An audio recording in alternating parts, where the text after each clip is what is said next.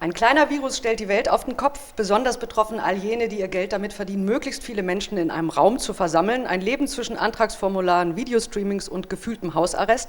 Hallo und herzlich willkommen, mein Name ist Milena Fessmann. Ich begrüße Sie zu Kunst und Musik in Zeiten der Krise. Ich fange mal ganz links außen an. Max Gruber, alias Drangsal, Musiker.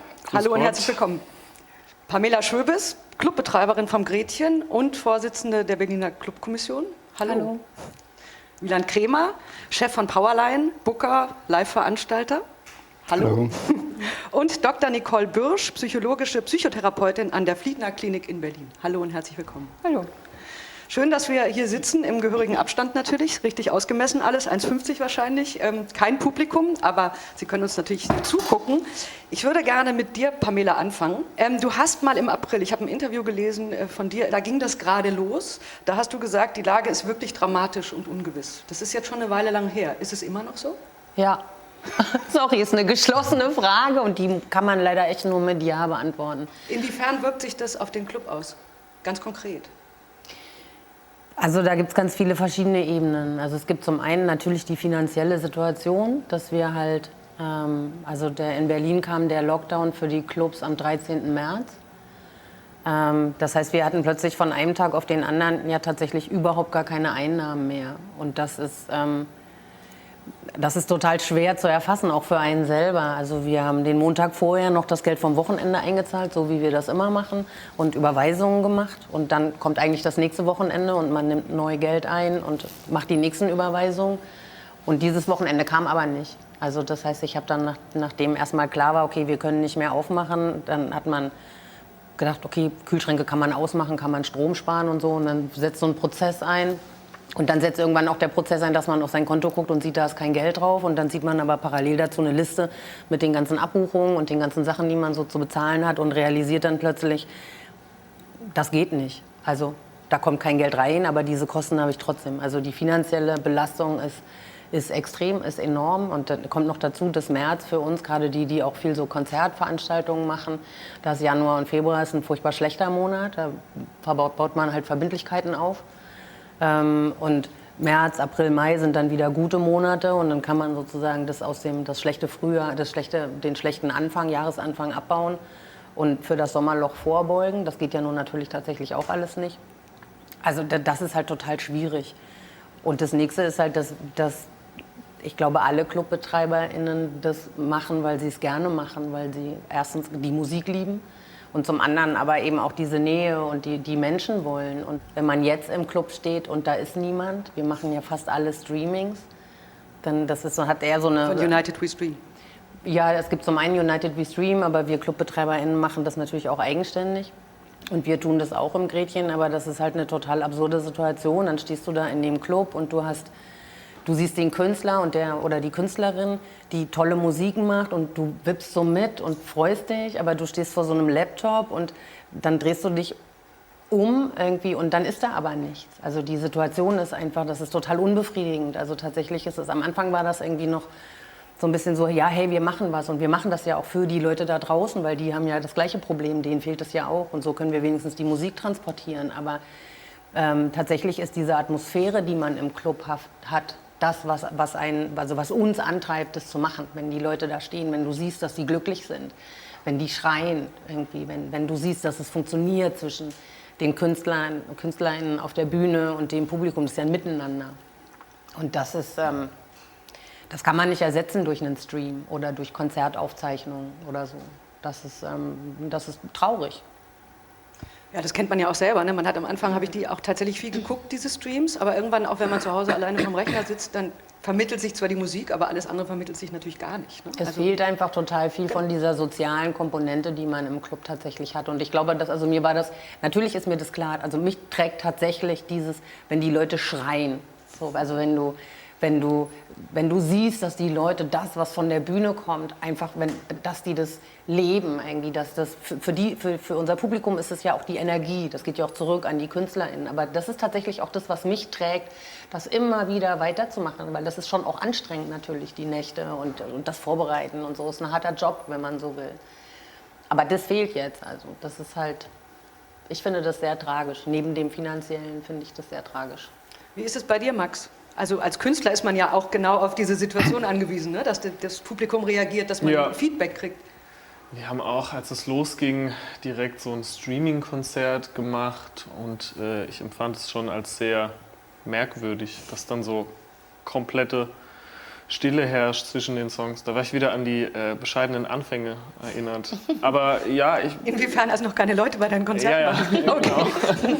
Nein, aber ich kann dem nur beipflichten. Also für mich sind Konzerte nebst der selbstredenden finanziellen Sicherheit natürlich vor allem auch irgendwie ein Austausch mit dem Publikum und für mich auch nicht nur mental, sondern auch körperliche Nähe aufzubauen zu den Leuten. So, ich bin immer im Publikum und auf dem Rücken von jemandem oder umarme die Leute und lasse die singen. Und für mich ist es einfach wichtig, irgendwie mit dem Endkonsumenten in Austausch zu treten. Und für mich ist ein Konzert auch nur dann irgendwie gut, wenn es nicht nach Schema F abläuft, sondern wenn man halt irgendwie in den Austausch tritt mit den Leuten. Wenn jemand was reinruft und dann muss man reagieren, wenn irgendwas schief geht, wenn man improvisiert, wenn es wild wird. So. Und ich dachte eigentlich mal, dass ich es nicht so richtig vermissen werde, mal nicht zu spielen. Aber jetzt gerade ist es echt wie so mit den Hufen scharen und nichts geschieht. Ja, also. Und Geld, das Geld fehlt, ist klar. Ne? Der Proberaum muss trotzdem bezahlt werden. So. Ich meine, Proben für was jetzt gerade? Am Anfang der Krise war es so, also ich kriege ja auch immer so Newsletter von Konzertveranstaltern und dann wurde alles verschoben und alles wurde in den Herbst verschoben. Frage an dich, Wieland, der Herbst ist nicht sehr realistisch. Nee, jetzt schieben wieder alle ins nächste Frühjahr. Ja. Also wie geht ihr damit um? Also wir lachen zum Teil drüber, also wir haben tatsächlich alles in den Herbst verschoben, hat natürlich auch interne viele Diskussionen. Ist das realistisch?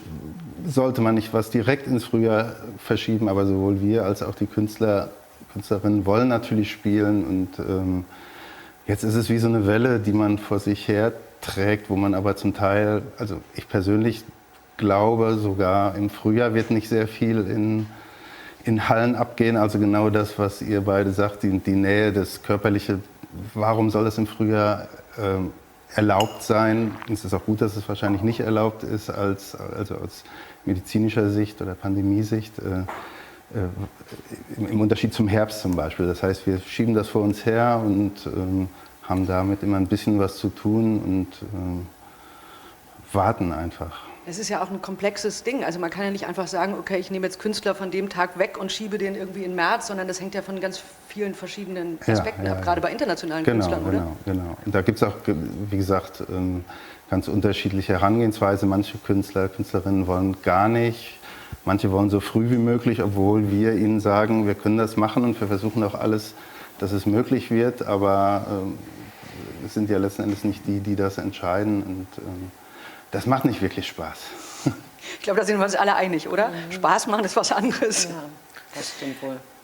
Frau Bürsch, die Frage, es kam ja gerade immer wieder diese nicht vorhandene Nähe. Also jetzt mal aus psychologischer Sicht, also das merken wahrscheinlich alle, das ist tatsächlich neben allen anderen Aspekten auch wirklich was einem fehlt, oder? Also was macht das mit den Menschen, also auch mit Menschen, die zu Ihnen kommen? Ja, also das Schlagwort war ja Social Distancing und das hat mich von vornherein sehr gestört, dieses Wort Social Distancing, weil es so etwas ist, was uns ein Grundbedürfnis ist, Nähe aufzubauen. Und wenn, würde ich es eher Physical Distancing nennen, wobei man physische Distanz auch nicht ohne emotionale Distanz schaffen kann. Und das hat mich gerade sehr beeindruckt, von der Seite des Künstlers, das einfach zu hören, wie das ist, auf der Bühne zu stehen und kein Feedback zu haben. Oder auch auf der Seite desjenigen, der im Publikum ist und es jetzt zu Hause im Wohnzimmer auf der Couch oder vielleicht dann doch aufsteht und wippt und tanzt, aber nicht dieses Gemeinschaftsgefühl zu haben, dass die Welle, die da überschwappt, und das fehlt sehr, das fehlt, glaube ich, gleichermaßen den Patienten oder den Klienten, die zu uns kommen, als auch mir persönlich, den Freunden, der Familie. Das ist etwas so Elementares. Und was ich letztlich auch wiederum schön finde, das zu erleben, auch gerade bei jungen Menschen, weil man bei vielen gedacht hat, ach, die sitzen hinter ihrem Computer und sind in Social Networks, die manchmal auch irgendwie eher Anti-Social Networks sind. Und die gehen jetzt auf die Straße und die wollen einfach physische Nähe haben. Die wollen etwas miteinander erleben und nicht getrennt irgendwie im Wohnzimmer. Und zwar quer durch alle Altersgruppen. Und das finde ich eigentlich auch das Schöne an dieser Krise, dass das jedem bewusst ist, oh, das ist mir was ganz Wichtiges und was ganz Wertvolles und das ist was fehlt. Und bei den meisten Menschen, die man gefragt hat, was fehlt, ist, ja, ich will meine Freunde sehen, ich will einfach eine gemeinsame Mahlzeit, ich will das gemeinsam erleben und nicht alleine. Auch wenn es, finde ich, wunderbar ist, wie viel Kreativität auch freigesetzt wurde an Möglichkeiten und auch relativ schnell nach der ersten Schockstarre. Aber dennoch ist es das, was, glaube ich, am meisten fehlt, und zwar auf beiden Seiten. Den Künstlern auf der Bühne, den Menschen, die es hören, egal welchen Alters, und auch den Veranstaltern. Also ich fand das ganz beeindruckend, weil das ist das, warum man arbeitet, weil die Menschen da einfach Freude haben und weil es überschwappt und das fehlt. Vielleicht noch eine Frage, das kann man wahrscheinlich gar nicht so beantworten, aber in Ihrem Alltag oder in Ihrer Praxis gibt es sowas wie einen, ich will mal sagen, etwas kollektiven Umgang, wie Menschen damit umgehen? Oder gibt es bestimmte Typen, die besser damit umgehen, andere, die anders damit umgehen? Kann man da so ein Muster erkennen oder ist das sehr individuell jeweils? Ja, je nachdem, wie resilient Menschen sind, können sie natürlich besser damit umgehen. Das heißt, Resilienz, da ist ein Teil von Grundoptimismus dabei, von so etwas wie Akzeptanz, dass die Dinge so annehmen, wie sie sind. Nicht im Sinne von, ist gut so, weil das wird niemand denken, aber das Annehmen, es ist gerade so, ohne es als katastrophal zu bewerten, aber auch ohne es zu bewerten, das ist jetzt besonders schön. Und die Menschen, die diese Fähigkeit eher haben, können auch besser damit umgehen, um dann zu überlegen, was ist mir eigentlich wertvoll im Leben, wie soll mein Leben aussehen, wie will ich sein und wie kann ich das unter den veränderten Bedingungen auch wahrnehmen. Wenn mir Musik wichtig ist, wenn ich ein Mensch sein will, der sich bei Musik auskennen will, der weiß, was gerade im Trend ist, dann kann ich das darüber tun, dass ich in Konzerte gehe, und das ist in Berlin eigentlich ja quasi das Eldorado, deshalb kommen viele hierher, deshalb kommt die Welt hierher. Die junge und die alte Welt, was ich ganz besonders schön finde an dieser Stadt. Aber man kann natürlich diesen Wert trotzdem, okay, ich guck mal, was kann ich alles über Streaming erreichen? Was kann ich über Kultur trotzdem erreichen? Welche Museen kann ich mir anschauen, wo sonst vielleicht die Hemmschwelle zu groß ist? Oh, ich muss da quer durch die Stadt fahren und jetzt kann ich es so machen. Also diese Kreativität ist natürlich auch etwas, was besonders schön ist. Und das sind die Menschen, die eher besser damit umgehen. Ja.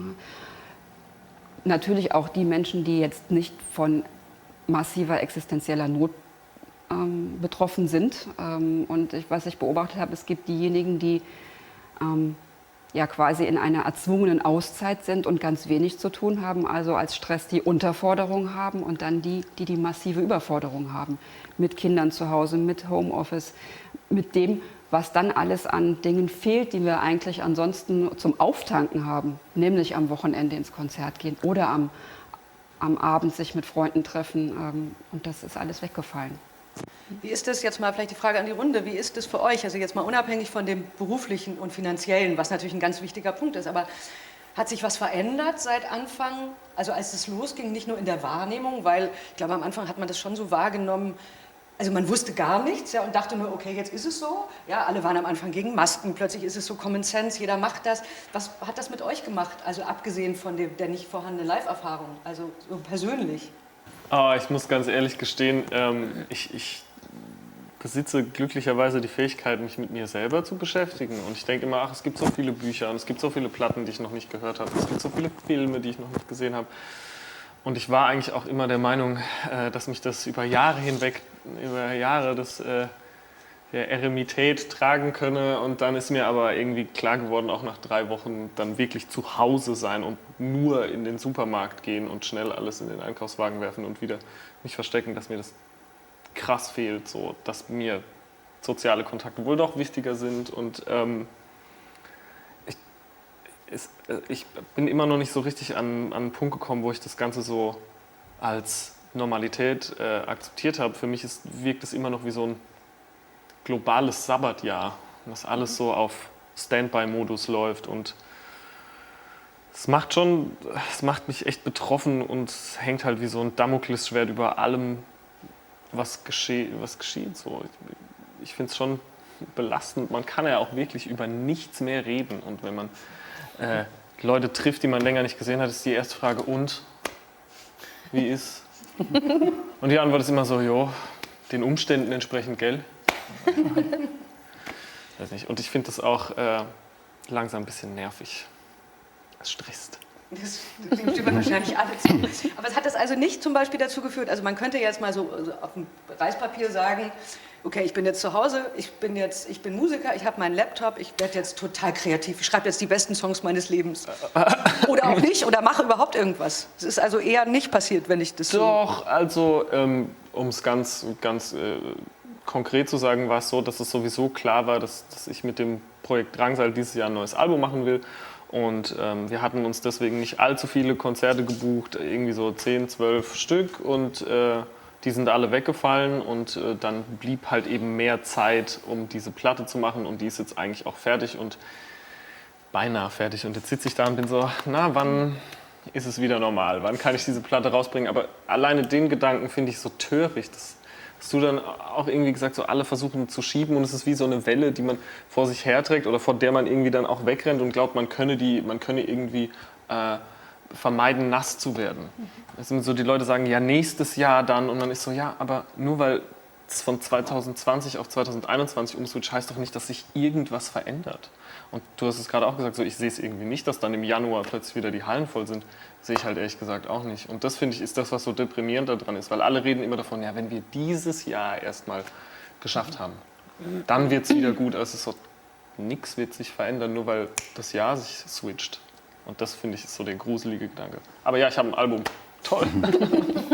Das hättest du vielleicht auch sonst gemacht, ne? Also, ja, dafür brauchst es wäre du nicht so früh nicht. fertig geworden, aber es ist jetzt natürlich auch so, ich wollte dieses Jahr eine Single rausbringen, die letzte Platte ist dann irgendwie auch 2, 3 Jahre her und jetzt ist man so ein bisschen Perlen vor die Säue, das werde ich nicht machen, weil man sieht halt, wie andere Releases verebben, weil nicht so richtig die Aufnahmefähigkeit da ist, weil wenn die Normalität, sage ich mal, schon gestört ist, dann können die Leute auch den lapidaren und den schönen Dingen des Lebens irgendwie nicht so richtig kopflos, wie sie sollen, nachgehen. So eine Platte hören, nee, alles andere ist ja schon gerade nicht so gut, ich kann jetzt nicht einfach da sitzen. Man würde meinen, dass es gegenteilig wäre, dass jetzt gerade Zeit und auch so, dass Zeit da ist und dass auch so richtig die schönen Dinge im Leben gebraucht werden. Aber man sieht es, keine Ahnung, an so einer einstürzenden Neubautenplatte. Das ist eine sehr wichtige Band und die sind auch sehr gut und die Platte ist auch sehr gut und es kommt dann raus und plötzlich ist es wieder weg. Und jetzt schieben alle alles ins nächste Jahr und jetzt ist der Zeiger auf 0 und die Leute warten darauf, bis er wieder in die Mitte geht, aber es wird halt einfach ins andere Extrem umschlagen. Es wird so ein Überangebot geben, die Leute werden auch erstmal gehemmt sein, überhaupt wieder in geschlossenen Räumen auf Konzerte zu gehen. Die werden Angst haben. So, Mann, ich erinnere mich, vor einem Jahr stand ich auf irgendeiner Bühne und die Leute waren oberkörperfrei und schwitzig und haben sich angefasst und jetzt traut man sich nicht mehr, sich die Hand zu geben. Es ist ja auch so ein fast schon so ein Ekel, den man sich gerade selber beibringt. Dass man so, nein, andere Leute sind schlecht und wir müssen jetzt Abstand halten, weil du machst mich krank. Mhm. Alle diese Sachen ja, machen mir Kopfschmerzen. Und was soll ich dann mit meiner Kreativität? Auch wieder wahr, klar. Pamela, ganz kurz zu dir. Weil, also ich weiß, als das anfing, habe ich mir gedacht, genau das, was du gesagt hast. Ich habe super viele Platten, ich habe ganz viele Bücher, ich gucke mir die jetzt alle an, jetzt habe ich endlich ganz viel Zeit, ich mache ganz viel Sport, was auch immer, was man alles so zu Hause machen kann. Und dann entsteht ja auch wieder so ein Druck, weil man dann natürlich feststellt, man macht es eigentlich doch nicht. So, und hat dann doch keine Lust. Ich wollte wahnsinnig viele Serien gucken, geguckt habe ich, glaube ich, eine. So, ansonsten habe ich Bücher gelesen. Aber hast du irgendwas mit dieser vermeintlich freien Zeit, die man ja haben könnte, zumindest auf dem Papier, irgendwas anfangen können oder war es eher mehr als vorher? Ja, ich bin, glaube ich, so ein bisschen so ein Sonderfall. Also zum einen ist es halt, also erstens als Clubbetreiber oder Clubbetreiberin, wir sind ja ein Duo, wir machen das zu zweit und machen aber zu zweit sehr viel alleine. Also wir haben kein großes Team um uns herum. Das heißt, wir machen auch dieses Booking selber und ich bin da auch total bei dir, irgendwie diese ganze Konzertverschieberei. Also wir haben in der Zeit von ab dem Lockdown, also Mitte März bis Ende Juli, knapp 120 Veranstaltungen verschieben müssen oder absagen müssen. Sehr, sehr viele Live-Konzerte, weil wir März, April, Mai sehr, sehr viele Konzerte hatten und auch viel international. Das heißt, wir hatten unfassbar viel damit zu tun, erstmal das zu kommunizieren, weil Berlin war auch, wir waren in Berlin die Ersten, bei denen nichts mehr ging in den Läden. Das heißt, das war noch gar nicht in allen Ländern angekommen und auch noch gar nicht bei allen internationalen Agenturen. Das heißt, wir hatten tatsächlich am Anfang auch Schwierigkeiten, den Bands und den Künstlerinnen das beizubringen, dass sie nicht kommen dürfen. Also auf der anderen Seite gab es natürlich auch welche, die aus dem Ausland gekommen sind, die selber das so ein bisschen beobachtet haben und die von sich aus auch abgesagt haben, die gesagt haben, das ist uns zu riskant, wir kommen aus den USA, wer weiß, wie sich das entwickelt, nachher sitzen wir in Deutschland fest und können nicht mehr zurück. Angefangen hat es bei uns mit einer israelischen Band zum Beispiel, weil die waren die Ersten, die eine Rückreisebeschränkung hatten. Die haben gesagt, sie können nicht kommen, weil wenn sie zurückkommen nach Israel, müssen sie 2 Wochen in Quarantäne, was nicht geht, weil sie da so viele Konzerte spielen sollen. Was im Übrigen, glaube ich, dann auch nicht mehr geklappt hat. Aber die Ursprungsangst zu kommen war halt, dass sie dann in Quarantäne sind. Also das heißt, wir hatten damit halt total viel zu tun. Aber es war auch, bei mir war es auch so, dass mein erster Gedanke war, okay, jetzt bin ich ausnahmsweise mal ausgebremst. Also wir sind Workaholics, ganz klar. Und wir fahren 2-mal im Jahr in Urlaub, wenn das irgendwie geht. Und das ist eigentlich so das Einzige, wo ich Sonne sehe. Also im wahrsten Sinne des Wortes, wo ich an die frische Luft komme. So, ansonsten bin ich eigentlich im Büro. Und mein Gedanke war auch, okay, ich werde ausnahmsweise mal so einfach grundsätzlich so eine gesunde Gesichtsfarbe haben. Ich werde schlafen, ich werde frische Luft tanken und so. Ich habe gar nicht darüber nachgedacht, irgendwelche Bücher zu lesen. Aber ich hatte schon auch so ein paar kleine Ideen. Aber das war wirklich nur so ein ganz kurzer Moment, weil dann kam die unfassbar viele Arbeit, diese ganzen Veranstaltungen zu verschieben, abzusagen. Und wir haben ganz am Anfang ein paar Sachen sogar in den Sommer geschoben, wo ich dann irgendwann gesagt habe, ich glaube, das ist wirklich idiotisch irgendwie. Aber da waren es auch die Bands, die das wollten, die dann gesagt haben, okay, wenn wir jetzt nicht März, April spielen können, dann bitte, dann machen wir das halt irgendwie im Juni, Juli. Und da war dann auch egal, dass wir gesagt haben, das sind an sich sowieso keine guten Monate für Konzerte. Egal, wir wollen spielen. Und dann haben wir auch in den Herbst geschoben. Wir schieben jetzt auch schon von dem Herbst nach 2021. Und ich sehe das so wie du. Also irgendwie so richtig ergibt sich nicht ein Sinn daraus, weil man hat ja nicht wirklich eine Perspektive, solange man nicht weiß, wann gibt es einen Impfstoff oder können wir testen oder wie macht man das. Aber du kannst ja das auch nicht alles einfach auflösen. Also ich glaube, jeder will auch. Ne? Also die Bands wollen und das ist ja dann auch total kompliziert, wenn du eine internationale Band hast, die halt irgendwie so 20 Gigs geplant hat. Also das ist ja auch sehr viel Arbeit. Das haben wir jetzt einmal alles durch für den Herbst und jetzt machen wir das Gleiche nochmal für das Frühjahr. Und ich bin auch sowieso in so einer Sonderrolle, weil ich ja auch die Vorsitzende der Clubkommission bin.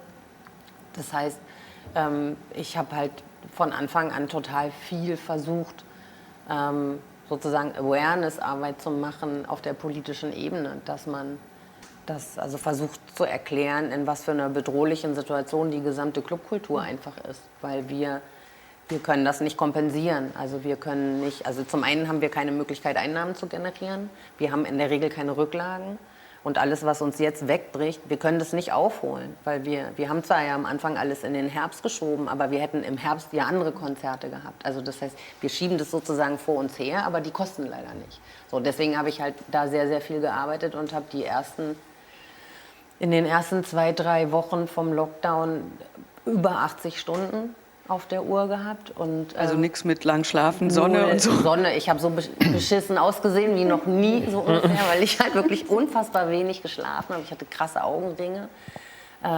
Und hätte auch, wenn mein Freund, mein Partner, mit dem wir auch im Büro zusammen sind, der kam dann regelmäßig rein und hat mir einen neuen Kaffee hingestellt und dann hat er mir ein Brot hingestellt, weil ich war nur am Telefon. Also wirklich extrem. Jetzt ist es ein bisschen ruhiger, aber... Was bringt einem Freizeit, wenn man auf einem sinkenden Schiff ist? Ja. Also toll. Cool. Also was ich aber gemacht habe, ich habe unseren Balkon bepflanzt. Ja, das habe ich gemacht. Das mache ich normalerweise nicht irgendwie, aber das habe ich gemacht. Und das macht mir auch sehr viel Freude. Das sind zwar nur so 5 Blumentöpfe, aber immerhin. Wieland, du siehst total braun aus. Du hast natürlich die Zeit genutzt und lagst die ganze Zeit am See und hast gedacht, ach, ich habe tatsächlich mehr geschlafen als sonst. Und ich hatte natürlich am Anfang hatten wir die ganze Arbeit, das ist aber dann über den Lauf der Zeit auch weniger geworden, weil wir produzieren es ja nicht, wir planen es nur und da fällt schon mal sehr viel Arbeit weg und tatsächlich nach so einer Zeit der Unsicherheit habe auch ich versucht, zu lesen, an See zu fahren oder eben Sachen zu machen, die man tatsächlich auch sonst, wenn man da über viele, viele Jahre in dem Bereich arbeitet, nicht macht. Und auch eben, deswegen sage ich auch schlafen, auch erstmal zu merken, wie kaputt man ist, also so wie ausgepowert und dass man allen finanziellen und auch sozialen Hindernissen zum Trotz auch mal, also war ich mal ganz froh, aus diesem Hamsterrad mal raus zu sein und auch zu merken, zum Teil weiß ich gar nichts mit meiner Zeit anzufangen. Also, aber das ist ja auch so ein Prozess, man will Musik hören, Bücher lesen, dies und jenes, aber irgendwie kommt man damit gar nicht klar, dass da eben kein 9-to-5 oder 9-to-8 oder die ganze Nacht Job ist, der auf einen wartet. Und so langsam habe ich mich da rangetastet und von daher kann ich sagen, vielleicht bin ich ja zufällig der Typ, der sich da ganz gut adaptiert, aber es gibt halt eben auch diese Seite. So. Aber das ist tatsächlich, das ist eine Veränderung, die ich merke. Uns fehlen jetzt natürlich die Nächte. Also wir sind auch nachts immer vor Ort. Das ist ein bisschen ungewöhnlich. Sind nicht unbedingt alle Clubbetreiberinnen, die dann auch die Nächte selber machen. Wir machen das aber. Das heißt, wir haben eigentlich so gar keinen Rhythmus mit Schlafen, nicht schlafen und so. Du schläfst aber schon ab und zu. Ich schlafe schon, okay. aber ich schlaf auch schon mal 9 Stunden am Stück, aber wir schlafen schon auch mal 3, 4, 5 Tage irgendwie nur so 4 bis 5 Stunden und das manchmal dann erst morgens um 10 und also wir haben halt so keinen ganz normalen Rhythmus und das hat sich jetzt tatsächlich verändert, dadurch, dass wir die Nächte nicht haben. Wir haben allerdings festgestellt, wir sind trotzdem Nachtmenschen, also wir kommen trotzdem nicht vor 2, halb 3, 3 ins Bett, weil wir nachts einfach fit sind. Aber wir frühstücken jetzt immer zusammen zu Hause. Das ist das einzig Tolle, muss ich sagen. Also das ist so das, was ich so mitnehme. Zu Hause frühstücken in Ruhe ist echt was Schönes. Ich kannte das gar nicht. So. Das ist so mein positives Ding. Kann man oder muss man diese Unsicherheit, also die uns ja alle umgibt, weil keiner weiß, wie es weitergeht, keiner weiß, wie lange es geht, keiner weiß, ob die zweite Welle kommt, wie sie aussieht. Kann man das üben? Oder gibt es so Handwerkzeug, damit irgendwie besser umzugehen? Ich weiß nicht, ob die Frage ist, ob kann oder eher ob muss. Okay, also ich glaube, natürlich. wir müssen es üben. Und letztlich, also das Wort Unsicherheit, Unvorhersehbarkeit, Unkontrollierbarkeit, Neuheit, persönliche Bedeutsamkeit, das ist jetzt hier irgendwie alles gefallen. Und das sind genau die Dinge, die Stress ausmachen. Das führt dazu, dass der Körper und der Geist gestresst ist. Und ich fand das jetzt sehr beeindruckend, aus den ganz unterschiedlichen Warten das auch nochmal zu hören. Und, oder auch sowas wie die Freizeit, die aber eigentlich keine Autonomie ist, denn es ist nämlich eine verordnete Freizeit und es ist keine Freiheit eigentlich, denn die ist aufoktroyiert und das mögen die meisten Menschen gar nicht gerne, auch dieses Fehlen von Struktur, das klingt irgendwie total uncool, auch irgendwie für viele jüngere Menschen irgendwie, dass der Tag irgendwie strukturiert sein sollte, aber letztlich ist das ein ganz gutes Gerüst, das wir dann brauchen und wenn es völlig erstmal auseinandergenommen wurde oder gar nicht mehr da ist, weil zu viel oder zu wenig, dann muss man sich neu erschaffen und denkt man, ich will das aber nicht und das brauche ich nicht und dann, ich brauche es aber irgendwie vielleicht doch. Und das ist eigentlich ganz gut und vielleicht sich auch nicht so viel vornehmen wie Bücher lesen und Sport und neue Musik machen und. Dann ist das auch irgendwie so ein großer Berg. Und mal ganz davon abgesehen, man kann es eigentlich jeden Tag machen, egal ob morgens um 9 oder abends um 7. Und dann kann man es immer so schön vor sich herschieben. Deshalb wäre weniger mehr. Also insofern kann man das schon auch, oder können wir das schon auch lernen, das zu machen und eine kleinere Portion. Und mir kam so der Gedanke, so eine neue Platte, so wie Perlen vor die Säue, das ist so ganz schade und stelle mir ganz frustrierend vor. Und gerade in einer Situation, wo alles nicht mehr vertraut ist, möchten die meisten Leute vielleicht was Vertrautes hören und hören eher die vertraute Musik oder schauen sich vielleicht die vertrauten Dinge an, weil alles andere nicht mehr vertraut ist. Und vielleicht auch als Idee irgendwie das Vertraute nur so ein bisschen zu verändern, so dass das nochmal, so ein Sicherheitsgefühl. Und ich glaube, das möchten wir alle irgendwie haben in der Zeit, wo alles unsicher ist. Das heißt aber, das trifft dann tatsächlich, ich sage jetzt mal im Allgemeinen, unsere Branche, also überdurchschnittlich viele Selbstständige, die da arbeiten, die in Bereichen arbeiten, die davon leben, dass man in Kontakt mit anderen Leuten ist, also sei es jetzt als Musiker, sei es als Veranstalter und mit einem Leben, was eben nicht strukturiert ist, weil man jeden Morgen ins Büro geht, also Natürlich geht man ins Büro, aber nicht, wenn man zum Beispiel festangestellt ist und dann da wieder hingeht oder eben im Homeoffice ist und es gibt einem jemand eine Linie vor, die sagt, also heute müssen Sie das und das machen und das wird irgendwie sozusagen in Anführungsstrichen abgearbeitet. Das heißt, wir sind da besonders ausgeliefert, auch diesem Wabern in so einem Tag. Also ob man jetzt was zu tun hat oder nicht, aber es ist, ich weiß nicht, ob ihr das auch so empfunden habt, wie Sie gerade sagten, also ob man das jetzt um 9 macht oder ob man das um 14 Uhr macht, ist eigentlich ziemlich egal. Also Hauptsache man macht es, aber man ist in so einem Zeitstrom drin, in so einem ganz merkwürdigen, in so einem Fluss, so habe ich das zumindest empfunden, der irgendwie keinen Anfang und kein Ende hat. Also man fließt so da lang irgendwie. Ja, für mich ist es, also erstens habe ich tatsächlich unfassbar viel zu tun. So. Und ich bin auch nach wie vor in meiner gewohnten Umgebung. Also ich bin sowieso eigentlich nur im Büro oder bei uns unten im Laden oder halt zum Schlafen zu Hause. Und was, glaube ich, auch ganz gut ist, als Clubbetreiber oder Clubbetreiberin ist man es ohnehin gewohnt zu improvisieren. Das heißt, das ist irgendwie, also man hat ständig irgendwie mit Problemen zu tun. Es fallen ja auch sonst Konzerte aus und dann muss man irgendwie reagieren und so. Und man hat auch sonst gerne mal finanzielle Probleme, da muss man auch reagieren. Also das ist,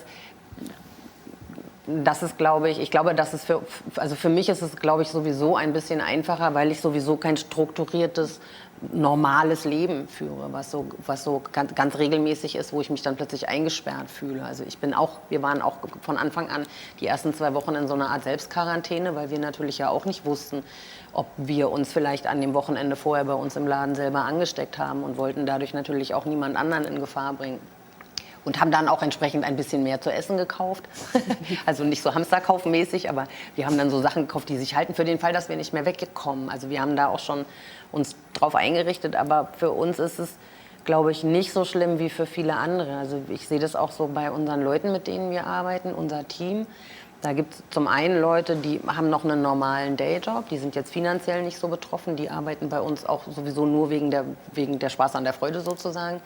Aber es gibt eben auch wirklich viele Menschen, die sich nur im Nachtleben wohlfühlen und nur im Nachtleben sozusagen daraus ihre Energie ziehen und ihre Kontakte haben, weil sie einfach auch vielleicht nicht geschaffen sind für so einen ganz normalen 9-to-5-Bürojob.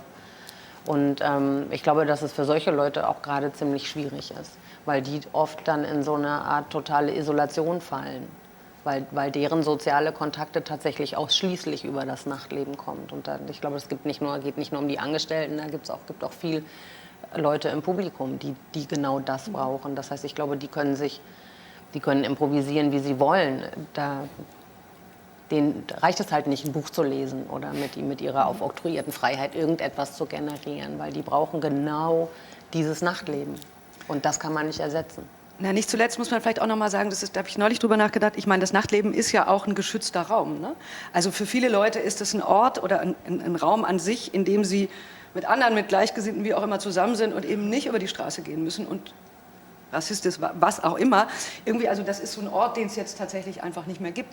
Ich würde aber gerne mal auch noch mal so ein bisschen sozusagen weg von dem Ist-Zustand. Du hast gerade gesagt, Improvisation. Was man aber auch, also ich hatte das Gefühl, am Anfang war es so, alle waren geschockt, dann haben alle gejammert und irgendwie rumgemeckert. So, ich musste mich aus diversen Facebook-Gruppen abmelden quasi oder die auf Snooze stellen, weil ich dachte, irgendwie, oh Gott, jetzt wird hier nur die ganze Zeit lamentiert. Und dann hat aber auch sowas eingesetzt, und das finde ich eigentlich auch ganz interessant, dass man das Gefühl hatte, so Leute fangen an, anders zu denken. Also neue kreative Konzepte zu entwickeln, sich zu überlegen, was kann man anders machen und damit jetzt nicht nur streamen, ja, also United We Stream oder eben irgendwie Streaming-Konzerte, sondern ganz andere Möglichkeiten und vielleicht auch mal, also sowohl gesellschaftspolitisch drüber nachzudenken, ob das eigentlich alles so richtig ist, wie das jetzt hier so läuft. Ich meine jetzt gar nicht nur das Klima, aber auch natürlich. Ne? So, wie war das bei euch? Also gab es so einen Moment, wo man quasi umgeschaltet hat und gedacht hat, okay, ich möchte jetzt ist es so, ich gehe damit jetzt irgendwie um, aber es setzt eine kreative Energie frei und wenn ja, in welcher Form? Max? Gibt es nicht diese, das wissen Sie vielleicht besser, diese Schritte, wie man mit was umgeht? Erst ist man so in Denial und lehnt es ab und dann erkennt man es an und dann kommt die Depression. Dann, die Wut kommt auch noch, glaube ich, oder? Die Wut kommt auch noch, genau, ja, die geht nie weg bei Diese mir. 5 Trauerphasen sind das, genau, glaube ich. Ja, genau. In welcher Phase bist du gerade? Wut, immer. Okay. Nein, also ich finde, wenn man sein Geld damit verdient, irgendwie kreativ zu sein. Und ich finde, ein elementarer Teil vom Kreativsein ist es, kreativ sein. Und dann halt auch irgendwie adaptieren, mit neuen Situationen umgehen und versuchen irgendwie neue Wege zu schaffen, wo vorher keine waren. Und dann kamen aber auch so ein paar Sachen auf, ganz konkret, die ich so doof fand, dass ich mich wirklich aufgeregt habe. Dann kamen so Anfragen wie ein Automobilkonzert. Ja, ihr spielt dann wie in so einem Autokino. Und also ich habe es in so einem Interview schon mal gesagt, so der Gedanke, mir könne wer in den Song hupen. Das ist ein sehr schönes Bild. Ich habe auch so Videos gesehen, wie dann so ein Max Giesinger sowas macht und die Leute hupen einfach, während er so spielt. Und ich war so, das hatte für mich alles so super dystopische Züge, so, oh Gott, Beruf verfehlt, warum bin ich nicht Klempner geworden? Max Giesinger geworden. Nein, also ich weiß nicht, kreative Energie, ja, aber ich bin da vielleicht auch ganz konservativ und ich will einfach wieder richtige Konzerte spielen und nicht mir jetzt irgendwas Neues ausdenken müssen. So keimfreie Konzerte. Wir werden dieses Jahr wahrscheinlich ein Konzert spielen noch. Es ist zumindest gerade angedacht bei einem Festival, was noch nicht abgesagt wurde. Und ich habe jetzt letzte Woche mal die Hygienebedingungen bekommen, also schwarz auf weiß, wie das da ablaufen soll. Und da war ich auch wieder direkt so, ach Gott, in so einem 2000er-Laden, aber es sind dann nur 100 Leute und es wird auch kontrolliert, dass der Abstand gehalten wird. Und wenn jemand bei euch in der Band ein Blasinstrument spielt, und das ist bei uns so, dann muss der hinter so eine Plexiglaswand und ihr müsst auf der Bühne auch weiter auseinanderstehen. Da war ich irgendwann so, ja komm, also jetzt, das...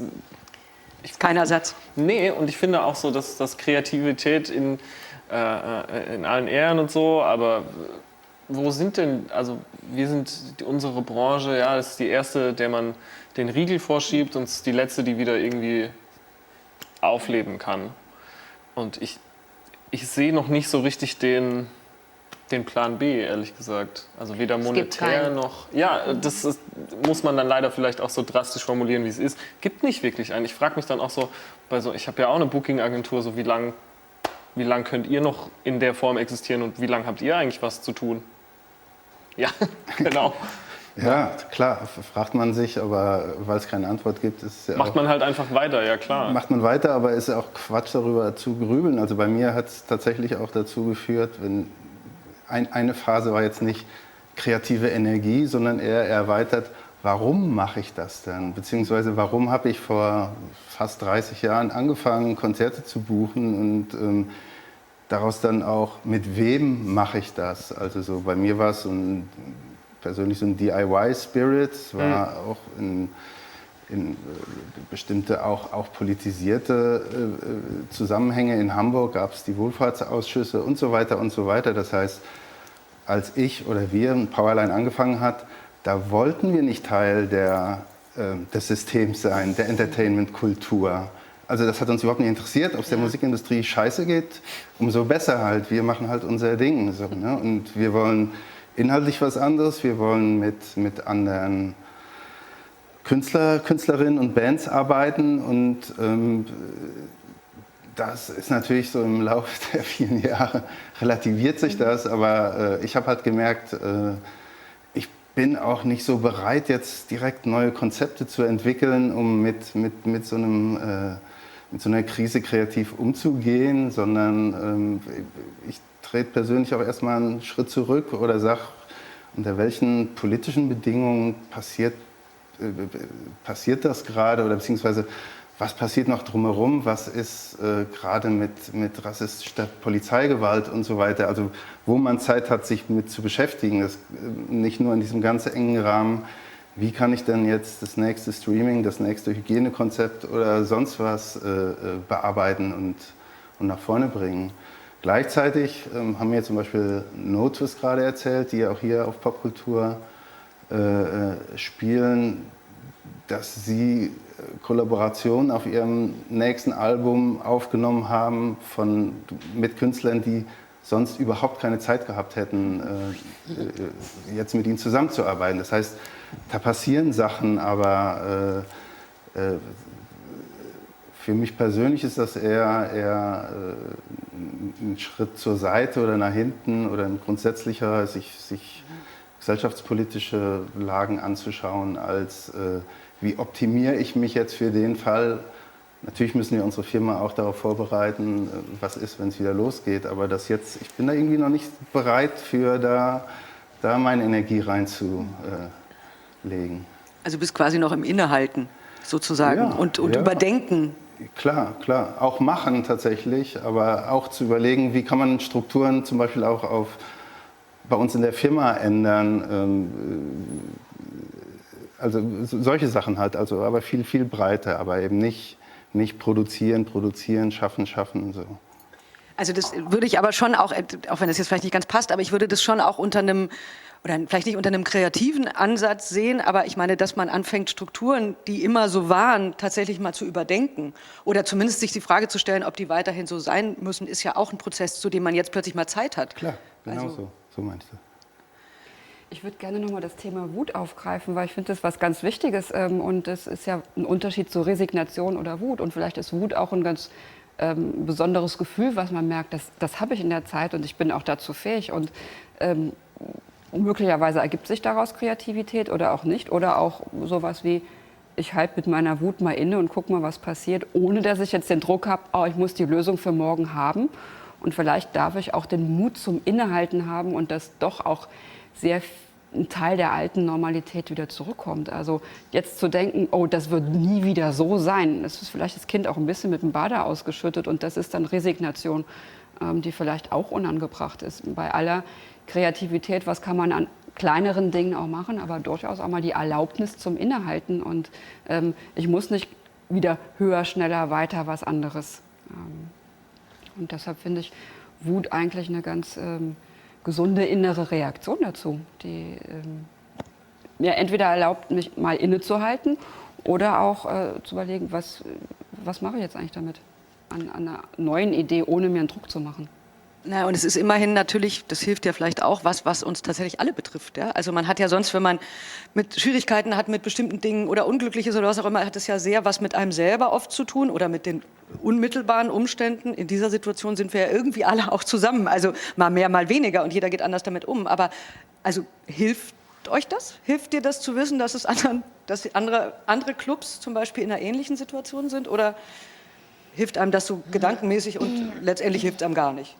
Also für mich ist es weniger so ein Gefühl irgendwie so, oh Gott sei Dank, den anderen geht's auch schlecht. Also das ist es überhaupt gar nicht, aber ich bin sehr realitätsbezogen. Also das heißt, ich bin jetzt nicht jemand, der sich irgendwie darüber aufregt, dass es so ist. Also für mich ist es halt, ich bin ganz dankbar eigentlich, dass ich so bin. Das macht es nämlich ein bisschen einfacher. Also ich weiß, es ist so und ich kann das jetzt nicht ändern. Also ich bin nicht selbstverschuldet in diese Lage gekommen. Ich habe diesen Virus nicht erfunden. Es gab auch hoffentlich niemand anderen, der den einfach so in die Welt gekippt hat. Es ist einfach so. Man muss jetzt irgendwie damit umgehen. Und ich habe auch so was du gerade gesagt hast, das habe ich gerade auch. Also ich bin so ein bisschen dankbar, obwohl ich extrem viel arbeite, aber auf so ganz anderen Ebenen im Augenblick, weil ich so viel politische Arbeit quasi mache, um einfach dafür Aufmerksamkeit zu generieren, dass man uns helfen muss, dass wir uns selber nicht helfen können. Überdenke auch ich natürlich Strukturen oder wir überdenken Strukturen. Mir ist halt zum Beispiel auch zum ersten Mal bewusst geworden, in was für einem krassen Hamsterrad wir eigentlich sind. Also also alleine diese 120 Veranstaltungen von März bis Ende Juli, das ist ja eigentlich Wahnsinn. Also wir machen wirklich, und wir sind immer da, wir betreuen die von vorne bis hinten. Das ist schon wirklich krass. Also wir leben das auch und wir lieben das auch, aber es ist wirklich, wir arbeiten durch. Dann fahren wir 3,5 Wochen in Urlaub und ist der Kopf dann mal frei. Was mir jetzt aber tatsächlich zum ersten Mal aufgefallen ist, dass dann zwar der Kopf frei geht, aber ich nicht die Energie habe, dann im Urlaub darüber nachzudenken, ob ich irgendwas verändern könnte in meinem Leben, weil das schaffe ich nicht auch noch. Also ich brauche diese 3,5 Wochen, um meinen Akkus wieder aufzuladen und um einfach mal den Kopf leer zu machen. Aber ich will dann nicht auch noch über irgendwas anderes nachdenken. Das sind so Sachen, die sind mir jetzt auch in den Kopf gekommen. Aber ich bin tatsächlich total froh, dass ihr beide auch so sagt, nicht Plan B, weil ich zwischendurch manchmal das Gefühl habe, ich bin so spießig oder unkreativ. Im Sinne von Plan B, was kann man jetzt machen? Und ich sehe das nicht. Also ich sehe keinen Plan B, ich sehe keine Alternative. für das Live-Erlebnis bei einem Konzert oder das Club-Erlebnis in der Clubnacht. Also vielleicht bin ich auch einfach nicht kreativ genug. Ich sehe keine Alternative dazu, als dass man das live mit Menschen zusammen im Club oder vor einer oder auf einer Bühne tut. Und wir haben auch, also wir sagen für unseren Laden auch egal, was passiert, was dann möglich ist, wir werden keine Konzerte indoor machen mit Abstandsregeln. Abgesehen davon, dass wir in unseren Laden genau 36 Personen bekommen, wenn man die einhält. Ich habe das ausgemessen. Das lohnt sich ja dann richtig. Das lohnt sich richtig. Da haben wir schon verloren, bevor wir überhaupt aufgemacht haben, also finanziell. Ich finde das auch doof. Und wir machen bei uns im Club ein wirklich sehr breites musikalisches Programm. Also, was wir nicht machen, ist Techno und wenig House, aber wir machen sehr viele unterschiedliche Konzerte, sehr viele elektronische Musik. Wir machen zum Beispiel eben auch Jazzkonzerte. Aber ich würde nicht mal ein Jazzkonzert mit diesen Abstandsregeln bei uns im Laden machen wollen, wo ich die Leute verpflichten muss, sie müssen sich auf ihren beschissenen Stuhl setzen und müssen eine Nummer ziehen, wenn sie aufs Klo wollen oder so.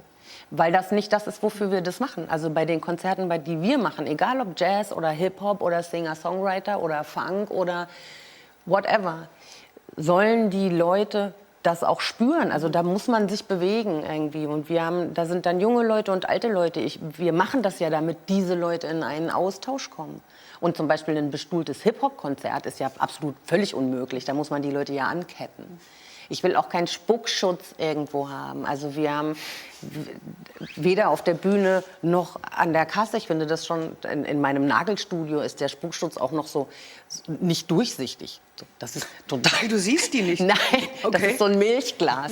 Das spannend. Ja, das ist zum Beispiel, Konzept. das ist ein sehr komisches Gefühl übrigens, wenn du nicht mal siehst, was passiert. Du steckst so deine Hände da durch und hoffst, dass das gut geht. Aber dafür machen wir das nicht. Und ich finde das total super, dass es etliche Läden gibt in Berlin, die eine große Außenfläche haben, die jetzt nutzen können und ein gastronomisches Angebot machen, also Biergarten. Macht ihr nicht? Nee, ich finde das gut, wenn die das machen wollen und dass die so eine Möglichkeit haben, irgendwie auch vielleicht zumindest ein bisschen Geld zu verdienen. Wir haben erstens nur einen kleinen Hof, aber ich bin Clubbetreiberin, ich bin keine Gastronomin. So, und wenn das das Ende ist oder wenn das der Plan B ist, dass Leute bestuhlt irgendwo sitzen müssen, festgekettet sind quasi, und ich im Wesentlichen Bier verkaufe, dann mache ich was anderes. Also dann mache ich das nicht weiter. Also für mich gibt es da keine Alternative. Und man muss einen Weg finden, wie man da wieder hin zurückkommt. Und wenn der finanziell nicht gangbar ist, also weder für uns noch für die Politik, dann ist es halt leider so. Aber es gibt ja auch so Konzepte, Virtual Clubbing und so habe ich neulich mal gesehen. Das ist ja, das ist gut, wenn man sowas jetzt entwickelt. Und ich könnte mir das schon vorstellen, dass wenn wir mal ein Live-Konzert haben mit einer tollen Band, die wenig tourt, dass dann andere Leute auf anderen Kontinenten die Möglichkeit haben, dazu zu gucken. So als Add-on quasi. Das kann ich mir gut vorstellen. Und wenn sowas jetzt vorangetrieben wird aufgrund der aktuellen Lage, also diese Digitalisierung und diese Konzepte, das finde ich eine ganz tolle Idee. Aber nur das, also nur virtuell zugucken, wie eine Band so weit weg voneinander auf einer Bühne steht. Man nimmt sich ja auch in den Arm oder man haut sich ja auch eigentlich auf die Schulter, wenn irgendwas geil gelaufen ist oder so. Wenn das alles nicht geht, dann würden wir nicht weitermachen. Nachvollziehbarerweise. Mir fällt aber auf, dass es tatsächlich die Musikbranche jetzt nochmal unter den ganzen Kreativbereichen damit tatsächlich wirklich nochmal auf eine ganz andere Art ganz besonders trifft, weil ich habe ja viel mit Film zu tun. Ein Autokino ist schon mal was anderes. Das kann man schon mal machen. Das kennt man von früher aus irgendwelchen Filmen wie American Graffiti oder so. Aber ein Autokonzert, irgendwie, ich habe neulich sogar einen Autoclub gesehen, wo dann Leute auf ihren Autodächern getanzt haben. Das fand ich tatsächlich ganz lustig, aber so richtig... Ich finde, das kann man mal machen. Ja, genau, man kann es mal machen, aber es ist natürlich überhaupt kein Ersatz für irgendwas anderes. Also ohne jetzt zu dystopisch in die Zukunft oder zu pessimistisch in die Zukunft zu gucken, aber Fakt ist eigentlich, wenn wir jetzt hier so sitzen und wir sitzen vielleicht in einem Jahr wieder hier und es gibt keinen Impfstoff oder kein Medikament, dann hat sich eigentlich an der Situation nicht wirklich was geändert, oder? Um jetzt mal ganz depressiv aufzuhören. Jo. Du bist immer noch wütend und hast immer noch eine Platte, die du noch nicht rausgebracht hast. Ja, irgendwann werde ich sie dann halt rausbringen müssen, aber ich sehe das auch immer, dieses Wühlen nach Alternativen. So, wenn es Alternativen gäbe, dann hätten wir die auch schon vor der Pandemie irgendwie gefunden und dann wären die jetzt zum Leben schon, erweckt. ja, dann wären die jetzt schon gang und gäbe. Und ich finde es irgendwie auch gut, dass nicht alles voll plakatiert ist und dass man auch mal einen Schritt, wie du schön gesagt hast, zur Seite geht, dass man nicht versucht, die ganze Zeit so nach vorne zu preschen und zu sagen, so, okay, wie können wir hier alles irgendwie jetzt umbasteln und wie können wir alternative Konzepte entwickeln, sondern dass man sagt irgendwie, ah ja, krass, so, ich habe irgendwie mal neulich so einen Tweet gelesen, wo einfach stand so, krass, ne, es hat echt eine globale Pandemie gebraucht, um so die ältesten gesellschaftlichen Probleme für jedermann sichtbar zu machen. Und dass jetzt so Protestkultur irgendwie wieder, ich meine, ich weiß nicht, wie viele in Berlin auf dem Black Lives Matter Protest waren, aber es waren ein Arsch voll. Und dass sowas in den Vordergrund tritt, vielmehr, dass man nicht durch die Straße, das, was mich am allermeisten so visuell daran beeindruckt hat, war, als ich über die Reichenberger Straße gelaufen bin und kein einziges Plakat hing. Einfach nichts. Nur diese Grünflächen, die jetzt überall so hinplakatiert haben, so statt so Konzert. Und das hat mich schon, das ist so krass, wie man plötzlich den Fokus auf wichtigere Sachen auch irgendwie lenken kann. Ich meine, den Fokus auf wichtige Sachen lenken macht mein Konto jetzt nicht voller und davon kann ich meine Miete nicht bezahlen, aber ne, viel mehr als die eigene persönliche beschissene Situation gibt es halt irgendwie, wie du auch schon gesagt hast, so gesellschaftliche, soziale Ungerechtigkeiten, wo man jetzt das Gefühl hat, so plötzlich ist die Fläche auch da, sowas irgendwie zu Wort zu bringen und dann auch Resonanz dafür zu kriegen. Das finde ich schön, also das ist doch irgendwie auch eine gute Sache. Und dann ist es vielleicht auch nicht so schlimm, dass ich jetzt dieses Jahr nicht bei dem und dem Festival spielen kann, weil das ist ja ein Buhu, das ist ja nicht, oh weh.